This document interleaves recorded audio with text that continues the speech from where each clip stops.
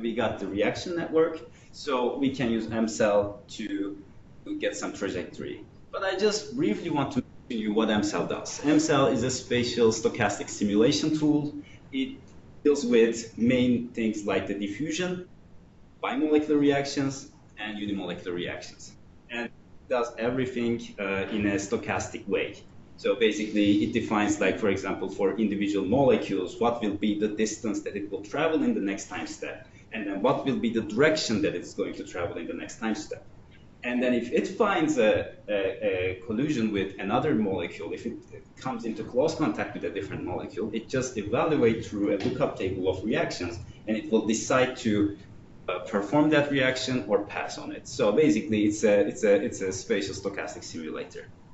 And in the end, end up that sort of movies or trajectories. And before I start the movie, there are different colors, and then like these general colors are the different cells. Each dopamine transporter expressing cell has a different color. And this white grayish color is the outward facing dopamine transporter. And generally see the inward facing one, the green one, and then the red is the dopamine molecules. And if I start the movie, see that it just shows the geometry, and at the same time everything is in the outward facing state, but it is eventually turning into more green. That means our kinetic scheme at the end is adding more inward facing dopamine transporters because of our kinetic scheme. And then there's a dynamic equilibrium. These dopamine transporters are always changing between the inward facing, outward facing. I mean, like now the scale increased, and then like, you see the changes. And right now, this is just a representation of one single, the point release of the dopamine. And by using all this information, we can generate like what is the equilibrium distributions of this dopamine transporter state. So basically, now we got this system, we got some good trajectories, but let's do some analysis and try to learn something about this system if we have some sort of spatial complexity included in our model. So the first thing that we look is there any difference if we are using any active zone structure? Like, for example, there's a heterogeneity. None of the active zones are exactly same with each other. They have different surroundings. They have more dopamine transporters, maybe. They have less dopamine transporters. So we'll see how it affects. And for that purpose, in the image, let's say we put some spheres around the active zones, and then like we counted the number of molecules in it, and then like we calculated the concentration. Or we cut the regions that the dopamine cannot pass. But we find out a region which is, let's say, 1 micrometer away from the active zone, and then like we calculated the concentration inside that sphere. And basically, the first result that we find is that it is quite heterogeneous. We make a single release from each of these active zones, and as a result, we just check how it will look like. And then, for example, if you look at it, the active zone 2 and 3 have like a very, very low clearance rate. But the active zone 6, which is the yellow one, has a very, very high clearance rate because the concentration will never go up. It will just like clear ASAP. And if you look at we did the analysis around this place, and then what we find out is, for example, for 2 and 3, the void fraction is very low and the tortuosity is very high, so that like there's the inverse relationship between the tortuosity and the clearance rate, or there's a direct relationship between the void fraction and the clearance rate also. So, this is just like to see how this active zone structure affects the outcome of our model. And there are some of our results with the existing models, and then like the most common model that is used is the volume transmission model. And basically, we did the same thing pretty much, and we calculated the percent of the volume that has more than 10 nanomolar dopamine concentration. I mean, if you ask me why 10 nanomolar, it's the EC50 level of the high affinity dopamine receptors, which I'm going to talk about next in a little bit. But what we find out is, for example, the DA diffuses slowly, and the reuptake is way slower in the volume transmission model. The reason is that they don't have a realistic geometry. In the volume transmission model, the diffusion constant is scaled with the tortuosity. And that's why it's diffusing slowly or diffusing fast. That's the only thing. There is no realistic geometry, there is no collisions with the walls of the membrane, etc.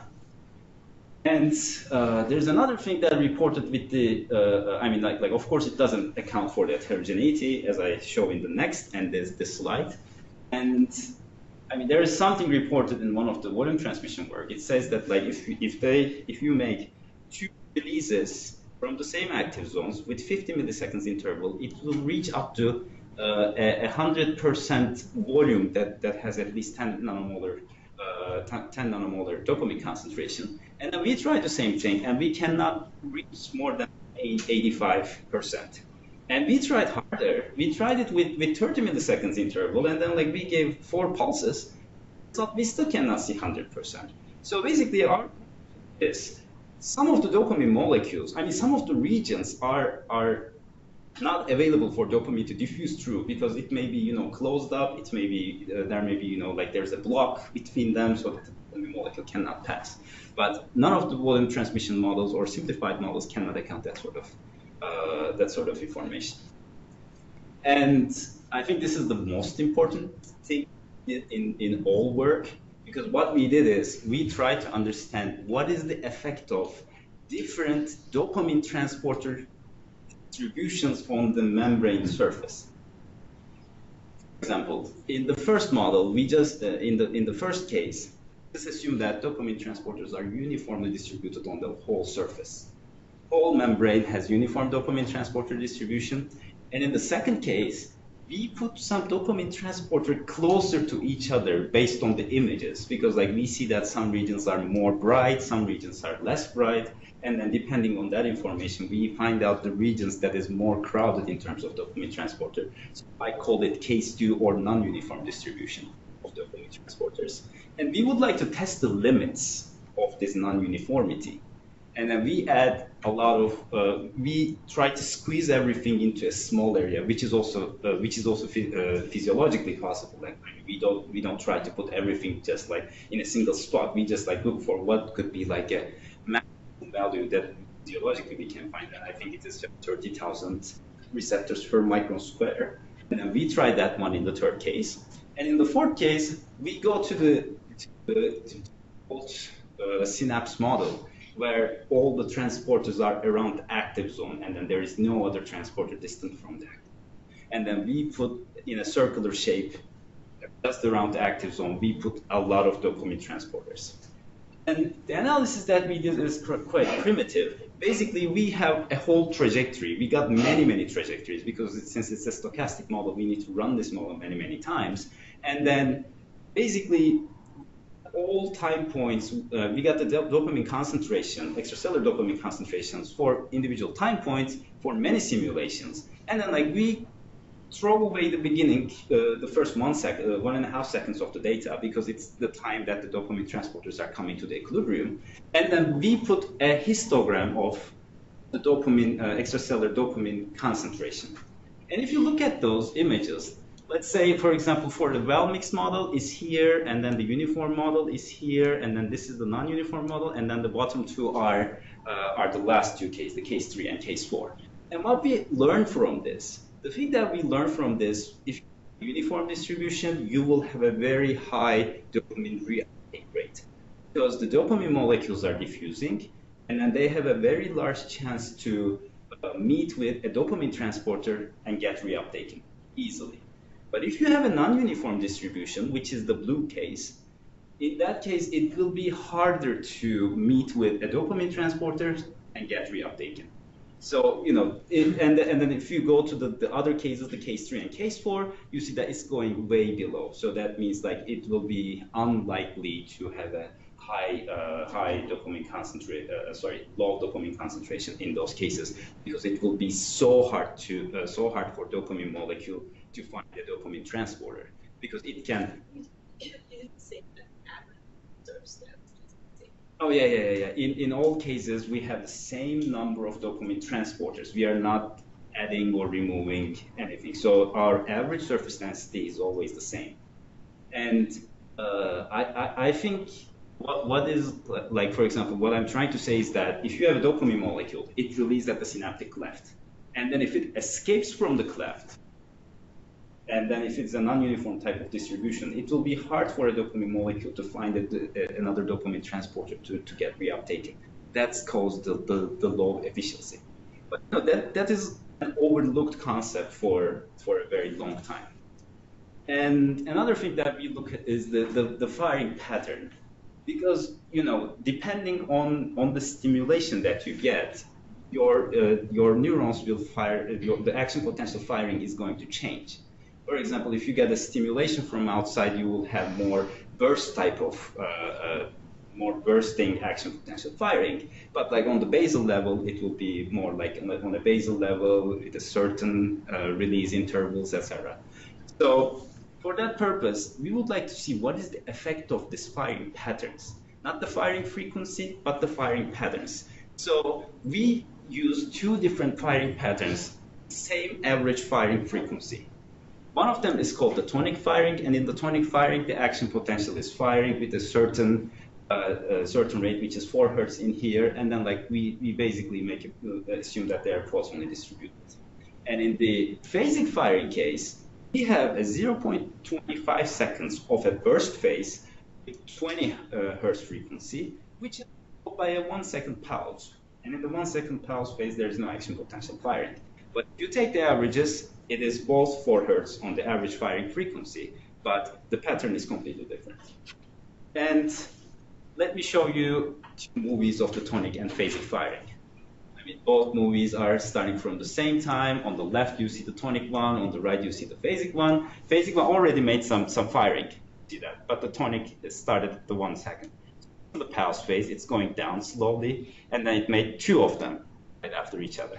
But this one is going one by one slowly. It's like in a basal rate, and then this one is just going down, and it will probably gonna just fire again, and then firing again when it is going up. So that basically phasic firing seems like reaching up to higher dopamine concentrations in general, and that's what we expect, right? And then this is like how it looks like for multiple firing events. You see that it's like a spaghetti diagram, but like the phasic has like more clustered firing together, and for the tonic, it's like it can fire at any time with any rate or from different places. But the interesting thing is when we do the math, when we calculate the average concentrations, we did not see huge differences. The main contributor to this is average firing frequency. Since the average firing frequencies are equal, when you take the averages, everything is just going to cancel out each other, and then like regardless of the firing pattern, you will get the same result. But what happens for different type of dopamine receptors? Let me briefly mention you about these dopamine receptors. There are mainly 2 types of them. One of them, I mean, you can, some people call that D1, D5, and D2, D3, D4 type of classification. But I'm just going to mention like high affinity and low affinity. And then they both are GPCRs.